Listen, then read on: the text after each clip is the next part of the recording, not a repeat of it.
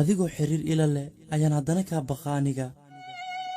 ma awoodo inaan ka hadlo dhibkayga waayo waxaan ka baqaa inaad iga fogaato si walbaad iga adag tahay aniga waxaad iga abbaartay ama iga qabsatay xubinta ugu jilicsan xubnahayga oo ah qalbigayga ma awoodo inaan maalin ku waayo waan ogahay haddaan isweyne dib iima soo raadinaysid dadku waxay ii moodaan inaan ahay duqan aan harayn adigan intaas kaaga soo go'ayna waxaan hubaa hadalkaaga haddaan hadal dul saaro inaad iga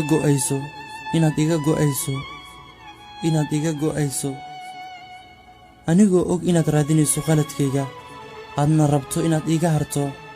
adigoo idhahaya adaa u sababa inuu xiriirkeenna go'o xanuunkayga kuma sheegan karo caafimaadkaygana sidoo kale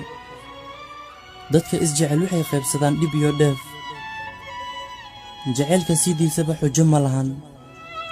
balse adiga heer aan kaa baqado ayaad i gaarsiisay sidaas ay tahana habeenkaad iga carooto ama iga xanaaqdo waa hubaal ma seexan karo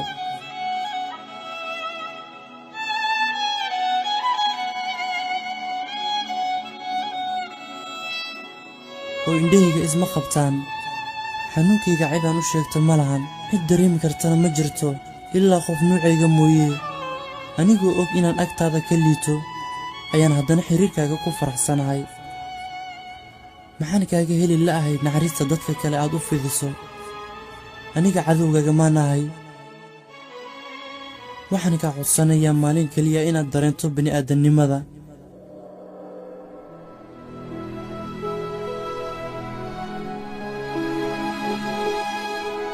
aniga waxaan ka walwalaa waa adiga haddii aan mashquulo saacado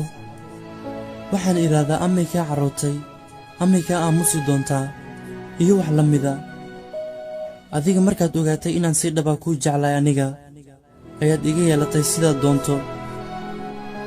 waxaad marka hore niyadda iigu dhisaysay maxaad saqda dhex habeenkii wakhtiga ila qaadanaysay dadka waxaan u sheegaa inaan nahay laba si dhaba isku jecel markaan kula hadlayo wadnahaygu wuxuu u garaactamaa sidii qof xukun ku dhacaya oo kale waxyeelada gaadhay korkayga wadnaha balitaabo garaaca wejiga ka akhriso dhibitiisa maxaan adiga kaaga baqadaa biliis maalin keliya dareen bini'aadannimada aniga wax naxariisa kaama haysto waana ku jeclahay sidaas ay tahay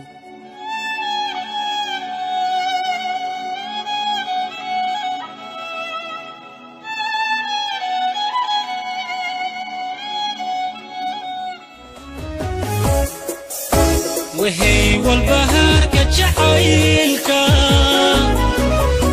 عكوي وبين سنتيسا والراقية